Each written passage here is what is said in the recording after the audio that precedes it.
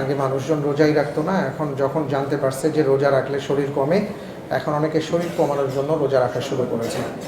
তো ব্যাপারটা হলো যে আসলে ইন্নামাল আমালু বিন্নিয়াহ, বুখারীর প্রথম হাদিসটা হলো নিয়তের উপরই আমরা নির্ভরশীল, আমাদের আমলটা নিয়তের উপর নির্ভর করবে।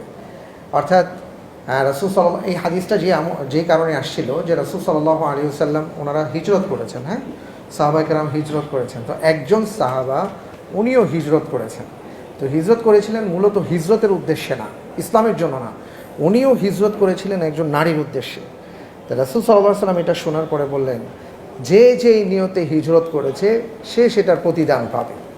অর্থাৎ তোমার হিজরত আর আমার হিজরত তো এক নয়, তোমার কালিমা আমার কালিমা তো এক নয়, তোমার আমল আমার আমল এক নয়, দেখতে একরকম কিন্তু বিষয়টা এক নয়।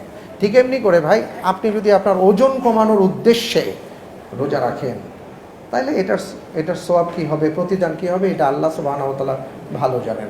আমি যেটা বলবো, আপনি ওজনটাকে পিছনে রাখেন, আপনি নিয়ত করেন যে রাসূল সাল্লাল্লাহু আলাইহি ওয়াসাল্লাম প্রতি সোমবার বৃহস্পতিবার রোজা রাখতেন, আল্লাহ রাসূল সাল্লাল্লাহু আলাইহি ওয়াসাল্লাম চন্দ্র মাসের 13, 14, 15 রোজা রাখতেন, আমি ইনশাআল্লাহ রোজা রাখবো। আপনি এই নিয়তে রোজা রাখেন, ওজন ওদিক দিয়ে কোন দিক দিয়ে কমে যাবে, আপনি 13 পাবেন না কিন্তু সওয়াব পাবেন।